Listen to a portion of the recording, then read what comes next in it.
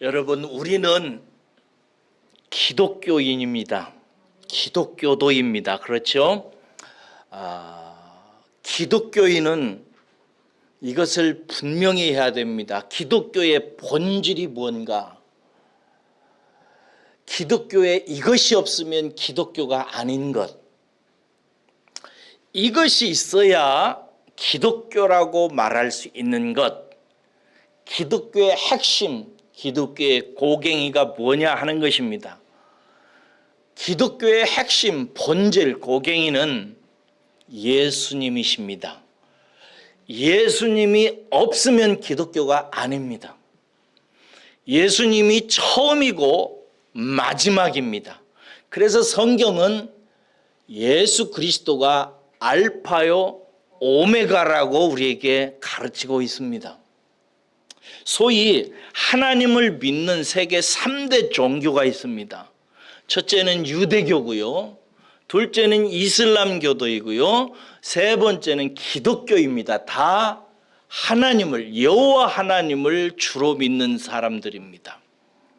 그런데 이들도 사실은 다 예수를 알고 있고 예수를 인정합니다. 유대교에는 예수를 랍비라고 말합니다. 좋은 선생이라고 그렇게 알고 믿고 있습니다. 이슬람교에서는 예수를 위대한 선지자라고 인정하고 믿고 있습니다. 그런데 기독교는 유대교처럼 예수를 단지 랍비, 좋은 선생이라고 말하는 데서 그치지 않습니다. 그렇게 말하면 큰일 나는 것입니다. 기독교에서는 이슬람에서처럼 어떤 위대한 선지자 중에 하나다라고 말하지 않습니다. 기독교는 예수님이 전부입니다. 믿으시기를 축복합니다. 예수님이 전부입니다. 이 사실을 고백하고 이 사실 위에 서 있는 것이 성도요, 교회입니다. 예수님께서 가이사랴 빌립보 지방에서 제자들에게 물으세요. 사람들이 인자를 누구라고 하더냐? 그러자 제자들이 대답을 합니다. 더러는 엘리야라고도 하기도 하고 더러는 세례 요한이라고 하기도 하고 또 어떤 사람은 에레미야와 같은 선지자 중에 하나라고도 합니다 라고 대답합니다. 그러자 예수께서 다시 제자들에게 이렇게 묻습니다. 너희들은 그럼 나를 누구라 하느냐 라고 물어요. 그러자 베드로가 이렇게 대답합니다. 주는 그리스도시요 살아계신 하나님의 아들이니이다. 뭐라고요? 주는 그리스도시요 살아계신 하나님의 아들입니다 라고 고백을 합니다. 그러자 주님께서 기뻐하십니다. 저는 성경, 신약 성경에서 특별히 복음서에서 예수님이 기뻐하시는 모습을 별로 보지를 못했습니다. 예수님이 기뻐서 웃으셨다 이런 표현 없습니다.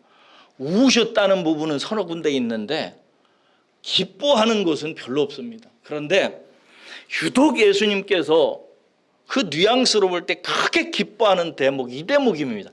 예수님께서 기뻐하며 말씀하시기를 바요나 시몬아 네가 참 복이 있는 자다 라고 말씀하시면서 이 진리를 너로 하여금 알게 하신 이는 하늘에 계신 혈육이 아니라 네 아버지나 세상 사람들이 가르친 지식이 아니라 하늘에 계신 내 아버지니라라고 말씀해 주십니다. 이 말은 뭐냐면 예수님은 우리의 주님이시고 그리스도시고 살아계신 하나님의 아들이라고 하는 이 진리는 세상으로부터 온 진리가 아니라 하늘 아버지 하나님께서 성령을 통해서 계시해 주신 진리라고 하는 사실을 예수님께서 밝히 드러내 보여주십니다. 계시는 누구에게 옵니까? 그의 아들 예수님과 그 아들의 소원대로 계시를 받은 자에게 계시가 옵니다. 그래서 베드로에게 그 계시가 온 것입니다. 그래서 베드로는 예수님을 주라, 그리스도라, 하나님의 살아계신 하나님의 아들입니다라고 고백했던 것입니다. 오늘은 우리가 기독교도로서 기독교의 전부라고 말할 수 있는 예수 그리스도, 주 예수 그리스도에 대해서 저와 여러분들이 확실하게 알고 배우고 고백하는 중요한 시간이라고 말할 수 있습니다. 오늘 그래서 예수가 주라는 특별히 진리의 의미를 함께 나누려고 합니다. 여러분, 우리는 다른 세상의 어떤 종교와 달리 예수님을 주라고 부릅니다. 기도할 때도 주님 하며 기도하고, 동성기도 할 때도 보면은 주여 삼창을 하자고 이렇게 하죠. 한 번만 하는 것이 아니라 주여 주여 주여 하고 삼창을 하기도 합니다. 세상 어떤 종교도 예수님을 주라고는 얘기하지 않습니다. 오직 기독교인들만 예수님을 주님이라고 부르는 것입니다. 그런데 우리가 주라고 예수님을 부를 때 이 주라는 말의 의미가 뭐냐 하는 것은 분명히 알아둬야 됩니다. 오늘 이 말씀을 대략 한 3가지로 요약해서 여러분들에게 말씀을 드리려고 합니다. 첫 번째, 예수님이 주라는 말은 무슨 뜻이냐? 예수님이 하나님, 창조주라는 뜻입니다. 구약에서 이스라엘 사람들이 주라고 부를 때 첫 번째 의미는 하나님을 주님이라고 부르는 것입니다. 신약에서도 주님이라는 말은 곧 하나님이라고는 뜻을 갖고 있습니다. 요한복음 1장 1절에서 3절에 보면 이런 말씀이 있어요.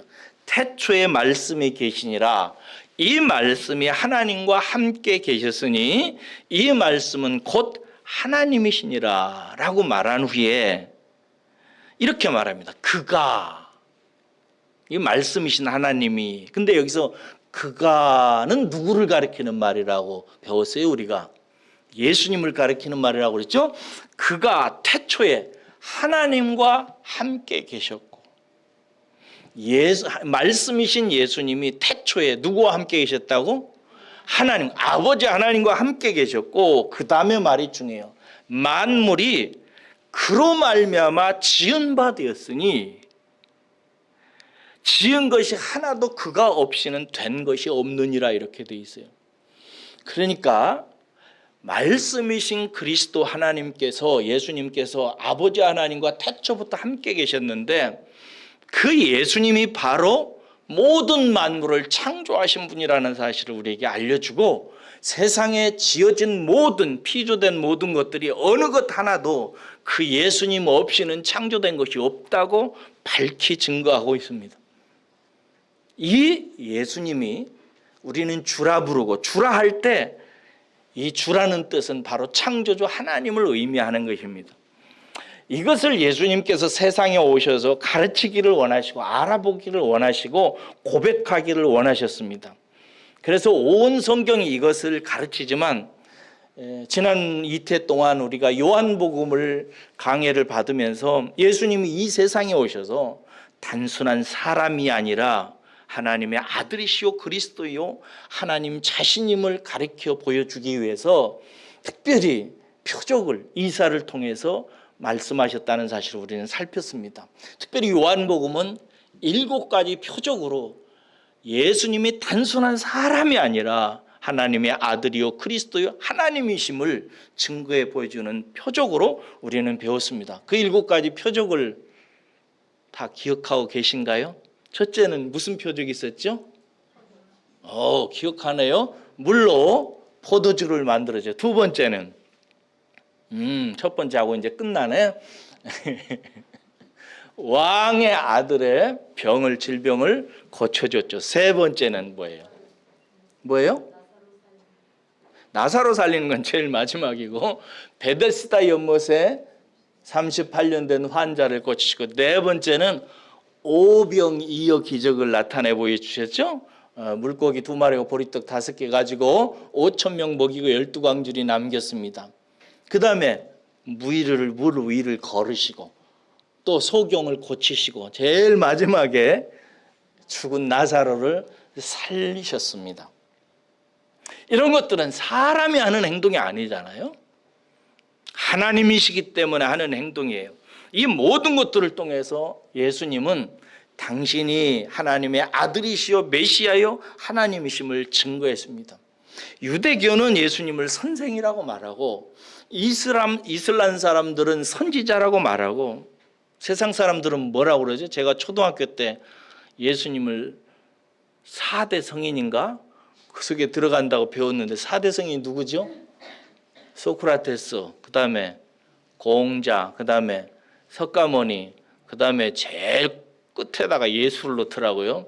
4대 성인 중에라고 이렇게 배웠는데 우리는 4대 성인 중에 하나로서 예수를 생각하고 고백하지 않습니다. 그렇죠? 우리는 예수는 하나님의 아들이시고 우리를 위해서 하나님께서 보내신 그리스도 메시아이고 곧 그분이 사람의 몸을 입으신 하나님이라고 하는 사실을 고백하는 줄로 믿습니다. 여러분, 예수님이 우리의 주님이다라고 말할 때 첫 번째는 무슨 뜻이라고요? 하나님이라는 뜻이라는. 그래서 예수님이 하나님이라는 사실이 확실하다면은 여러분, 우리는 예수님을 찬양하고 경배하고 예배해야 되는 대상으로 마음속에 알고 그렇게 예배할 수 있기를 주의 이름으로 축원합니다. 예수님이 주님이시고 주님이 창조주 하나님이라는 사실을 인정한다면 우리는 그 크시고 위대하시고 높으신 하나님이신 예수를 찬송하고 경배해야 마땅한 것입니다. 이것을 안 사람이 구약에 참 위대한 사람들이 많아요. 이사야에서 43장 21절에 보면 이사야가 이런 말을 합니다. 거기 보면은 뭐라고 하냐면은 이사야가 이 백성은 내가 나를 위하여 지었나니 나를 찬송하게 하려 함이니라 라고 되어 있어요. 이 백성, 저와 여러분들 하나님 나라의 백성들은 누구를 위해서 창조했다고요? 나를 위해서 창조주 하나님 그리고 예수 그리스도를 위해서 창조되었는데 그러므로 나를 찬송하게 하려 함이라 이렇게 되어 있어요. 사랑하는 여러분, 예수님은 우리의 주님이시고 주님이라는 첫 번째 뜻은 창조주 하나님이라고는 뜻이니 우리가 그로 인해 창조받았고 그분은 만유의 주가 되셨으니 우리는 마땅히 찬송하고 경배해야 됩니다.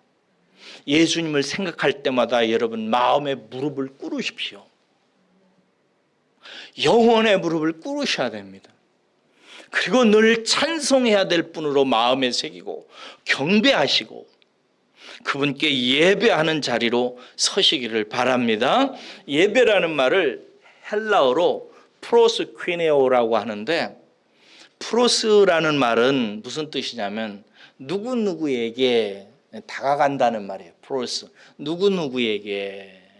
그 다음에 퀴네오라는 말은 입맞추다는 뜻입니다. 이 단어는 어떨 때 쓰이냐면 종이 지극히 존귀하고 좋은 주인님이 앞에 엎드려서 그 주인님의 발에 입을 맞출 때 사용하던 단어입니다. 프로스퀴네오. 신약성경에 보면 어떤 마리아가 향유옥합을 가지고 와서 깨뜨려서 예수님의 발에 붓고 자기의 머릿결로 예수님의 발을 씻으며 예수님의 발에 입을 맞추는 이야기를 읽어보셨을 것입니다. 이게 예배의 모습인 것입니다. 사랑하는 여러분, 여러분 마음속에 예수님을 그렇게 존귀히 여기고 그분의 발 아래 엎드려 그분께 예배하는 마음을 잃지 마시기를 주의 이름으로 축원합니다. 예수님은 창조주십니다. 하나님이세요. 높으신 분이십니다. 우리가 감당할 수 있는 분이 아니에요. 함부로 이름을 부를 수 있는 분이 아닙니다. 그냥 선생이라고요, 4대 성인 중에 하나라고요, 랍비라고요, 위대한 선지자 중에 하나라고요? 아닙니다. 예수님은 주님이시고 하나님이십니다. 그래서 영어로 예배라는 말을 worship이라고 하잖아요. 이 말은 가치를 인정한다 이런 뜻입니다. 예배는 기본적으로 하나님이신 예수 그리스도 앞에 나가서 영혼의 무릎을 꿇고 영혼의 입술을 그분께 대며 엎드려 그분께 예배하는 것인데 왜 그렇게 해야 되는가? 그리고 그 행위는 무엇으로 의미하는가? 예수님의 하나님 되심 그 가치를 인정하는 행위인 것입니다. 우리의 예배는 기본적으로 그런 뜻을 갖고 있습니다. 여러분, 그렇게 예수를 만약에 주님이라고 믿는다면 그렇게 주님께 나가서 예배하고 찬송하고 기도하고 엎드리고 그분을 만나려고 영혼의 무릎을 꿇는 자세를 꼭 가지시기를 주의 이름으로 축원합니다. 두 번째, 예수가 주란 말의 뜻은 주인님이라는 뜻입니다. 영어로 말하면 로드입니다. 킹, 왕입니다. 지난 주일에 아들이라고 하는 말의 성경적인 뜻을 말씀을 드렸습니다. 아들이라는 말의 뜻. 세상에서야 남자로 태어난 자식이라고 국어사전에 이렇게 나와 있는데 그 정도로 알고 있지만 성경은 그 시대의 문화와 역사적인 현상을 통해서 하나님의 계시를 담았다고 그랬어요. 그래서 그 시대의 문화와 역사적인 현상을 통해서 우리는 하나님의 계시를 이해합니다. 근데 이스라엘 사람이 특별히 구약 시대로부터 전승되어져 오는 이스라엘 사람들의 역사와 문화적 현상 속에서 아들이라고 하는 말의 뜻은 이런 뜻이라고 그랬습니다. 어떤 종족 가문의 존재의 대표자고 그리고 그 가문의 재산에 대한 소유권을 가지고 그 권한과 책무를 수행하는 사람이라고. 다시 한번요. 어떤 한 족속 가문의 존재의 대표자이고 그 가문의 대표자예요. 두 번째는 그 가문의 모든 소유물에 대해서 소유권을 가진 자로서의 권한과 책무를 행사하는 자를 말하는 것입니다. 근데 예수님은 누구냐면 하나님의 아들이에요. 그러니까 예수님은 하나님 나라의 족속의 대표자요. 하나님 나라의 모든 것을 소유한 소유권자로서의 권한과 책무를 수행하는 자인 것입니다. 하나님께서는 세상에 어떤 다른 아들을 그 자리에 두지 않으셨습니다. 오직 예수 하나를 하나님 나라의 모든 족속을 대표하고 존재를 책임지고 그 나라의 모든 소유권을 행사하는 권한과 책무를 수행하는 자로 어떤 다른 아들을 두지 아니했습니다. 오직 유일하신 아들 예수 그리스도만 그 자리에 앉혀놓으신 것입니다. 그래서 우리가 유일하신 아들 예수님이라고 할 때 독생자라고도 표현하는데 독생자이신 예수 그리스도 그 아들의 말을 이해하는 것이 중요합니다. 이 말이 쓰여질 때 특히 헬라 문화권에서는 신의 아들이라는 말이 유행했습니다. 요즘에도 뭐 걸핏하면 신의 아들이라고 하더라고요. 군대에 가기 위해서 방위만 돼도 너는 신의 아들이네 이러더라고요. 저도 방위 다녀왔는데 저보고 누가 그러더라고요. 신의 아들이네 이러더라고요. 당시에도 그랬습니다. 파라오를 누구의 아들이라고 불렀냐 아세요? 신의 아들인데 태양신의 아들이라고 이렇게 불렀습니다. 또 어떤 나라에서는 달의 아들, 이슬람에서는 그러죠. 또 로마의 왕을 시저인데 시저도 신의 아들이라고 이렇게 불렀습니다. 세상은 다 어떤 뛰어난 인물에 대해서 신의 아들, 하나님의 아들이라고 이렇게 말하는데 기독교, 하나님 나라 공동체 교회에서는 이 모든 신의 아들을 하나도 인정하지 않습니다. 그러니까 여러분들은 세상 사람들이 사용하듯이 뭐 그냥 신의 아들이다 이런 말 쓰지 마시기를 바랍니다. 우리가 신의 아들, 하나님의 아들이라고 할 때는 이름 하나밖에 없습니다. 유일하신 독생자 아들 예수 그리스도 하나뿐인 줄로 믿으시기를 축복합니다. 오직 그분만이 하나님의 아들입니다. 하나님은 당신의 나라의 모든 족속의 생명과 번영을 책임지고 대표하고 그리고 그 나라의 소유권을 가지고 그 권한과 책무를 행사할 아들로서 여러 아들을 두지 아니하시고 오직 예수 그리스도 한 분만을 유일한 아들로 높이 높이 세우시고 임명하신 것입니다. 이 유일하신 아들 예수 그리스도는 그 권리를 가지고 있고 소유권을 가지고 있고 그 소유권을 감당하기 위해서 모든 책무를 다 감당하셨습니다.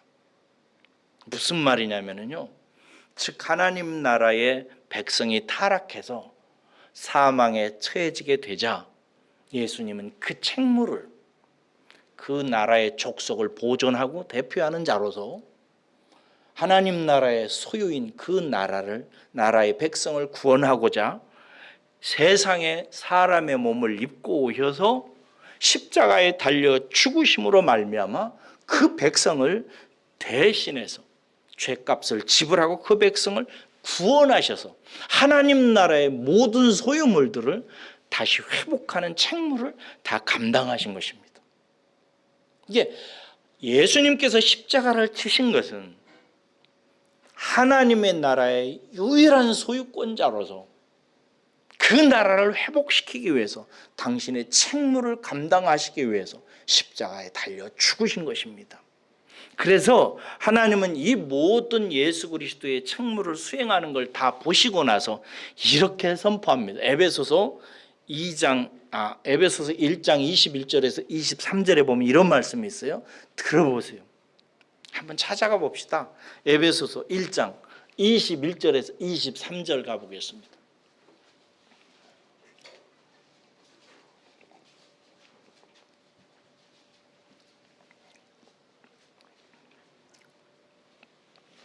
읽어볼까요? 21절부터 23절까지입니다. 시작.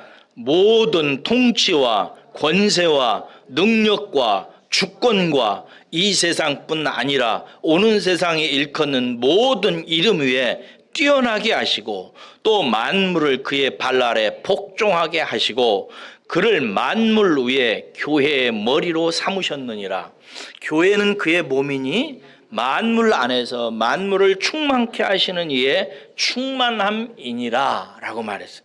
예수님께서 십자가에 달려 죽으셔서 잃었던 하나님 나라의 모든 것을 회복하는 이 사역을 마치자 하나님께서 그 독생자 아들 예수 그리스도에게 모든 통치와 권세와 능력과 주권과 이 세상뿐만 아니라 오는 세상에 일컫는 모든 이름에 뛰어나게 하시고 그 모든 만물을 그의 발 아래 복종하게 하시고 그를 만물 위의 교회의 머리로 주권자로 세웠다는 이야기입니다. 그래서 예수님은 우리의 참 주권자, 주인님, 주가 되신 것입니다. 할렐루야. 하나님은 이 예수를 우리에게 주님으로 주시고 우리가 이 예수 그리스도를 주라고, 통치자라고, 왕이라고, 주인님이라고 고백하고 받아들이게 될 때 하나님께서는 우리를 의롭다 하시는 것입니다. 우리의 신앙은 그래서 예수님은 나의 주님이십니다 라는 말에 뿌리를 두고 자라나게 돼 있어요. 여러분들의 신앙이 어디서 자라는가? 예수님이 나의 주인님이십니다. 주님이 나를 다스리십니다. 주님이 나를 책임주십니다. 주님이 나의 주권자이십니다. 주님이 나의 왕이십니다 라고 하는 사실을 깨닫고 고백하고 경험하면서 여러분들의 믿음의 뿌리가 깊이 하나님 나라에 박히게 되고 자라나게 되는 것을 여러분이 믿으시기를 주의 이름으로 축원합니다. 그래서 기독교 신앙의 핵심 중에 핵심은 뭐냐? 예수가 주다는 것입니다. 예수님이 나의 주님이시다는 것, 나를 다스리는 자라, 나의 킹, 나의 로드, 주인님이시라는 것입니다. 이것이 이슬람이나 유대교나 다른 모든 종교와 다른 핵심적인 진리입니다. 예수님만이 유일한 주님이시다. 할렐루야. 이것입니다. 이것은 절대 포기할 수가 없어요. 세상 사람들은 예수는 4대 군인, 4대 뭐요? 성인 중에 하나야. 이슬람에서는 선지자 중에 훌륭하시죠. 선지자 중에 한 분이죠. 또 유대교에서는 좋은 랍비죠. 그 정도로 인정하지만 주라고는 인정 안 해요. 유대교와 이슬람에서 주는 하나님뿐이에요. 근데 우리는 예수 그리스도가 우리 주님이라는 사실을 계시를 통해서 깨달은 것입니다. 이 계시가 누구에게만 온다고요? 그 아들 예수님하고 그 아들의 소원대로 계시를 받는 우리들만 아는 것입니다. 그래서 우리들만 이 계시를 따라서 예수님은 주님이십니다라고 베드로가 고백했을 때 예수님이 기뻐하시며 이 사실을 내가 알게 한 것은 하늘에 계신 내 아버지니라라고 말했던 것입니다. 할렐루야. 그랬던 것입니다. 초대교회 성도들은 그랬어요. 예수님이 주라는 이 진리 하나 때문에 여러분 엄청난 대가를 지불했습니다. 재산 다 빼앗기고요. 유리 방황했고요. 목숨을 다 잃었습니다. 그 당시에 유대인들은요, 예수가 주라고? 이런 망령된 놈들. 이래서 기독교도들을 유대교가 엄청 핍박했습니다. 헬라 사람들은 시저가 주님인데 시저를 부인한다고? 잡아서 원형 경기장에서 사자의 밥이 되고 굶겨 죽이고 그랬습니다. 제가 자료를 보면서 울었던 대목이 있습니다. 원형 경기장에 여러분 기독교도를 불러가지고 주라고, 예수를 주라고 하는 말, 이 말 하나만 포기하면 살려준다고 하면서 온갖 추행을 다 합니다.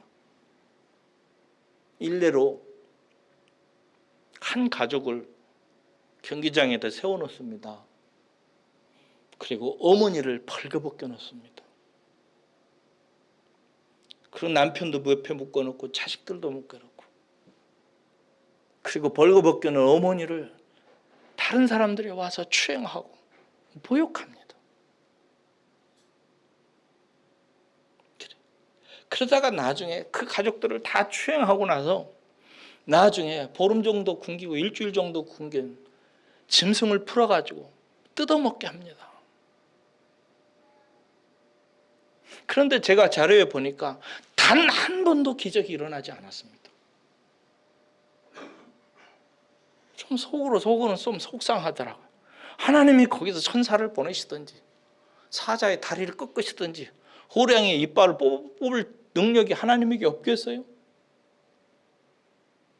단 한 건의 기적도 나타나지 않았습니다. 다 그렇게 모욕당하고 죽었습니다. 무엇 때문에요? 예수가 주라는 사실 때문에. 그 한마디 고백하면 그 한마디 그냥 주 아닙니다 라고 하면 살 수 있는데, 초대교회들은 예수가 나의 주님이라는 그 말 한마디 지키기 위해서 생명을 바쳤습니다. 그리고 하나님께서는 그렇게 흘린 그 피로 교회를 굳건히 세우고 그 수많은 순교자들의 피를 통해서 저와 여러분들이 예수님은 주다, 예수가 주라고 하는 이 사실은 우리의 목숨을 바쳐서라도 지켜야 되는 진리다 라고 하는 사실을 우리로 하여금 깨닫고 지키도록 역사하셨습니다. 그러니 사랑하는 여러분, 저는 여러분들에게 도전합니다. 우리 인생의 주인님, 우리 인생을 다스리고 인도하시는 분, 우리 삶을 책임지시는 분이 예수 그리스도 한 분뿐이라는 사실을 믿으시고 그 위에서 자유를 찾으시고 기쁨을 얻으시고 여러분의 인생에 대해서 평강을 찾으시기를 주의 이름으로 축원합니다. 우리를 위해서 십자가에 달려 죽으신 그분이 우리의 주님이시라고요. 이 모든 만물을 창조하시고 우리를 지으신 그분이 이 세상에 사람의 몸을 입고 내려오셔서 우리를 건지셔서 하나님 나라의 소유로 삼기 위해서 자기 몸을 희생하신 그분이 우리의 주님이시라고요. 그분이 우리의 주님이시라면 우리에게 더 이상 염려와 걱정이 어디 있겠습니까? 이것을 믿는 사람들은 초대교회 당시에 그런 모욕과 추행을 당하고 재산을 빼앗기고 온갖 핍박을 당하고 목숨까지 짐승의 밥이 되었어도 예수가 주라고 하는 이 사실을 붙들고 세상을 이기는 사람들이 되었던 것입니다. 사랑하는 여러분, 여러분의 마음속에도 예수가 주님으로 우뚝 서 있기를 주의 이름으로 축원합니다. 본문에 나오는 베드로의 고백도요, 이게 살 떨리는 고백입니다. 그냥 간단히 고백하는 말이 아니에요. 13절에 보면은 예수님이 제자들을 모아놓고 물어요. 근데 물을 때 그 지방이 어디예요? 가이사라 빌립보 지방입니다. 여기서 가이사라라는 말은 가이사를 말해요. 로마의 왕 시저, 로마의 주인, 신의 아들이라고 불려지는, 온 세상을 통치하는 주인이라고 불려지는 가이사, 그 말이에요. 이게 가이사라고 하는 지역이 팔레스타인에 두 군데 있어요. 하나는 지중해 쪽에, 바닷가 쪽에 하나가 있고요, 내륙 쪽에 하나가 있습니다. 지중해 쪽에 있는 가이사라는요, 제가 가봤어요. 여러분이 원형 경기장을 봤는지 모르고, 원형 경기장 거기 있고요, 로마 문화가 아주 거기에 창궐했습니다.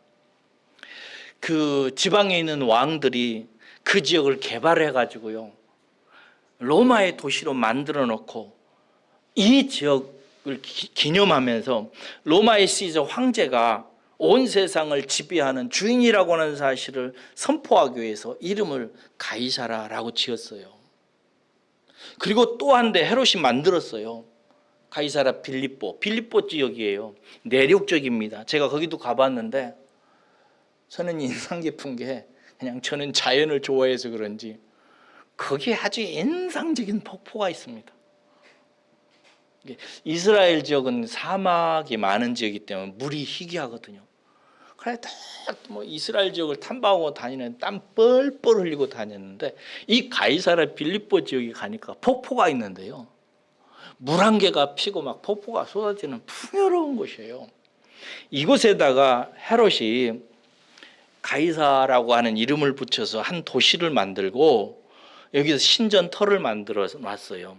그리고 이 비옥한 이곳을 가이사라 빌립보라고 이름을 줬어요. 빌립보 이 지역은 왕이 다스리는 곳이라고. 어떤 왕이?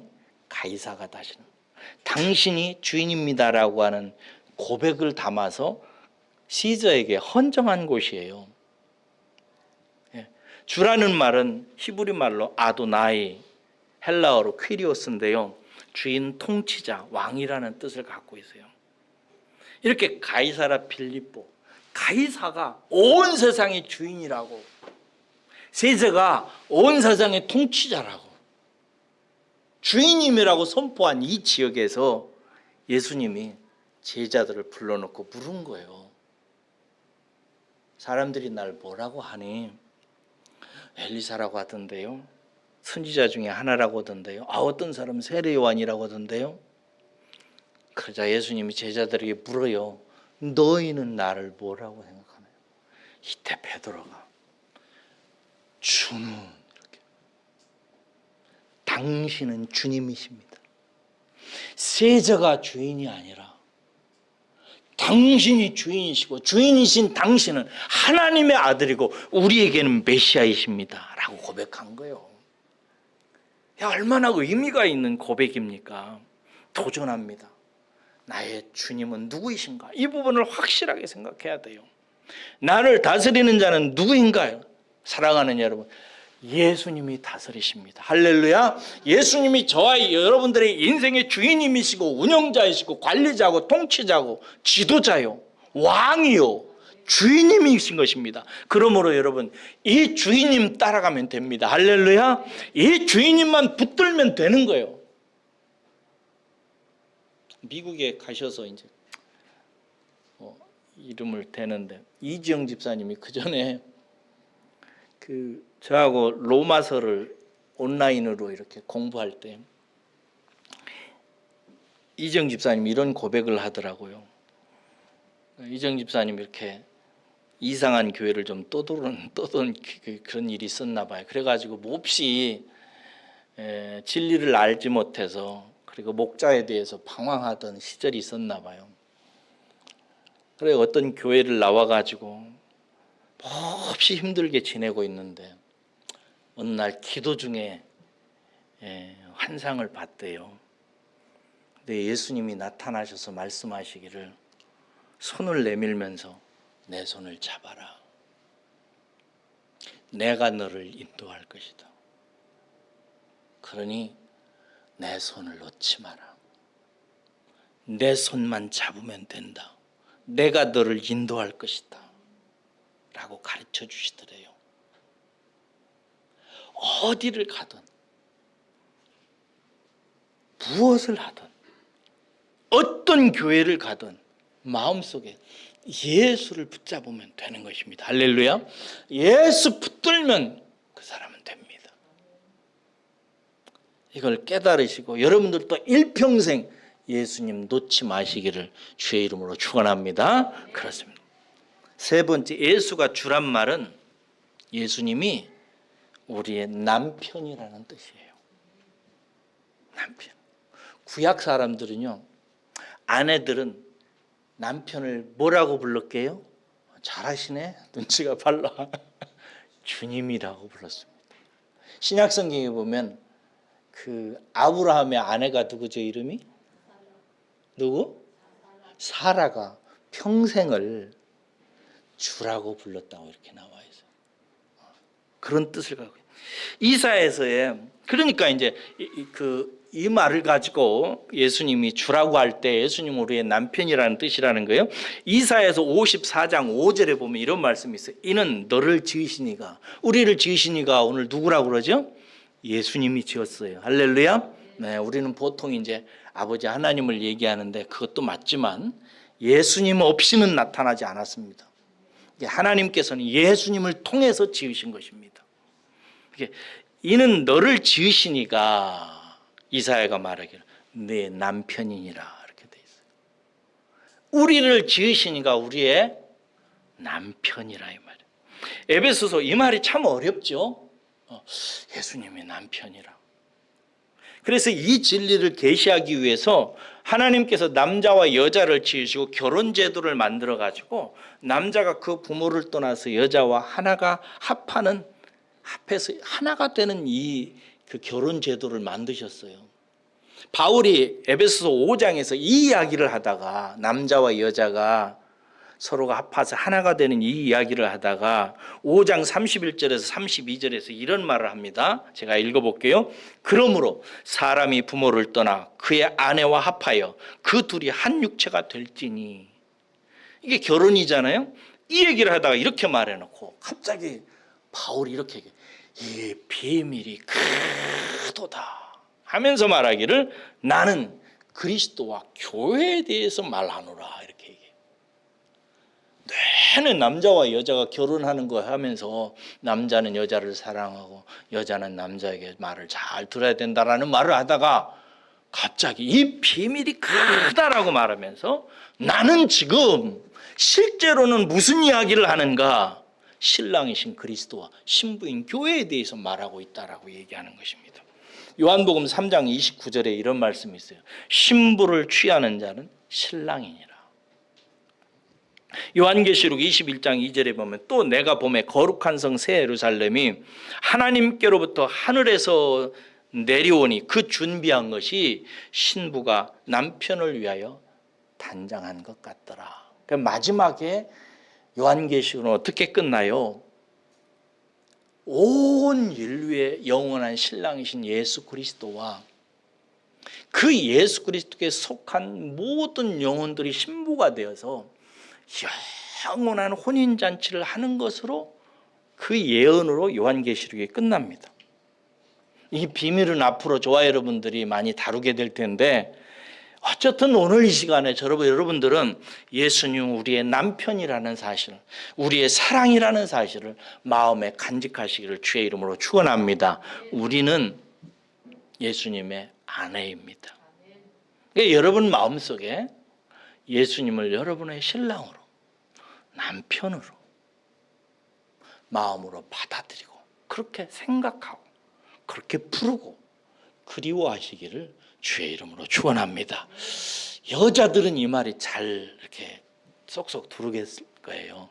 근데 남자들은 내가 남자인데 뭔 또 남편이 또 있어.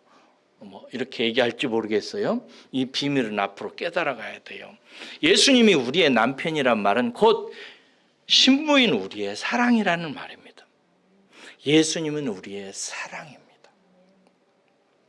예수님은 우리에게 나타나셔서 하나님이 사랑이라는 사실을 우리의 남편이라고 하는 신분으로 우리에게 보이셔서 하나님의 사랑을 경험하고 깨닫고 누리도록 하시기 위해서 우리에게 오셨습니다. 그래서 저와 여러분들이 꼭 맛봐야 되는 게 뭐냐? 예수님의 사랑입니다. 저는 이 땅의 현상만 봐도 이건 확실해요. 아직 인류의 교육이 거기까지 가지 않았어요. 요새 교사 문제 때문에 시끄럽죠. 교사 선생님들이 막 어저께 보니까 3만 명이나 그 뜨거운 이 복도 위에 아파트에 앉아가지고 막 교사의 권리를 주장하고 그러더라고요. 이 교육 문제가 심각합니다. 근데 여러분, 교육의 핵심은 뭐가 되어야 되냐면 사랑이어야 됩니다. 사람은 사랑을 경험해야 됩니다. 사랑을 체험하지 않는 영혼, 사람의 인격은 온전하게 될 수가 없어요. 우리는 사랑을 경험해야 됩니다. 어린아이가 엄마 아빠의 품에 태어나서 어렸을 때부터 받아 먹어야 되는 것은 요구르트보다 밥보다 우유보다 더 중요한 게 있는데 사랑입니다. 사랑만 받으면 됩니다. 우리의 영혼의 문제도 마찬가지입니다. 하나님의 사랑, 예수님을 통해서 우리의 신랑을 통해서 나타난 예수님의 그 사랑을 받아 먹을 줄 알아야 우리의 영혼이 건강해지고 튼튼해지고 하나님의 나라의 유업을 이을 자로 온전한 자로 세워지기 시작하는 것입니다. 저는 여러분들을 정말 축복합니다. 예수님 사랑 경험하시기를 주의 이름으로 축원합니다. 여러분들을 위해서 죽으신 예수님의 그 사랑, 자기 몸을 찢어서 생명을 들여서 여러분들을 구원하고 품으시고 인도하시는 예수님의 그 사랑 꼭 경험하시기를 주의 이름으로 축원합니다. 이게 어떤 사람은 머리로만 들어요. 마치 부모의 사랑이 부모님 나 사랑하는 거 알아요 라고 고백하면서 부모님한테 아빠 미워 엄마 미워 하는 애들이 있듯이 하나님 사랑 예수님 사랑 수없이 들어서 알아요 하면서도 하나님에 대해서 상처받고 하나님이 나 사랑하지 않는다고 원망하고 절망하고 좌절하는 성도는 얼마든지 있어요. 왜? 문자로 언어로는 사랑을 아는데 영적인 실제로서 사랑을 경험해 본 적이 없기 때문인 것입니다. 여러분에게 하나님께서 성령을 충만히 주셔서 예수 그리스도 그분의 사랑을 맛보시기를, 여러분들을 사랑하는 여러분의 남편 그 남자의 사랑을 맛보시기를 주의 이름으로 축복합니다. 소원하세요. 그리고 그리워하셔야 됩니다. 우리가 예수가 우리의 사랑이라는 말은 예수님은 우리의 영적인 연합의 대상자고 교제의 대상자라는 사실을 우리에게 보여줍니다. 남편과 아내는 서로가 부모를 떠나서 몸이 합해져서 하나가 되는 것 아니에요? 영적인 연합과 교제를 보여주는 상징과 표적들인 것입니다. 그러므로 사랑하는 여러분, 예수님이 우리의 남편이고 사랑이라는 말은 여러분이 영원토록 예수님과 하나가 되었다는 사실을 우리에게 보여주고 주님과 우리가 하나이기에 영원토록 그분과 교제하고 함께 지내야 된다는 사실을 우리에게 보여주는 것입니다. 예수님과 교제하세요. 늘 예수님 가슴에 품고 그리워하고 온전히 만날 그날을 바라보면서 사모하고 그리워하셔야 됩니다. 우리의 인생, 육체의 인생이 남아있어서 이제 주님께서 재림하시고 온전한 이 나라의 역사가 완성되어야 우리는 온전한 그 예수님의 품에 안길 수 있을 것입니다. 그래서 저는요, 신앙의 핵심 중에 핵심적인 정서가 뭐냐? 그리움이라고 생각합니다. 여러분에게 물을게요. 그 전에 연애할 때 여자분들은 여러분이 사랑했던 남자를 그리워했잖아요. 그리고 또 남자들도 사랑했던 여자를 그리워하고 만나고 싶어 했잖아요. 그런 것처럼 여러분의 마음속에 예수님을 그리워하는 마음이 있으신가요? 마음에 예수님에 대한 그리움. 저는 이것이 신앙의 정서라고 믿는 사람입니다. 사모하는 것. 손양원 목사님이 하늘에 난 구름만 봐도 주님 오시기를 기다리면서 그 주님 고대가 노래 만드셨잖아요. 그렇게 제가 하루는 날밤을 새웠습니다. 성경책을 묵상하고 경서적으로 읽다가 그 주님이 너무 보고 싶은 거예요. 잠이 안 와. 그래서 그 새벽에 제가 강가로 나갔습니다. 5월달이었는데 한 7년 전인가 그때예요.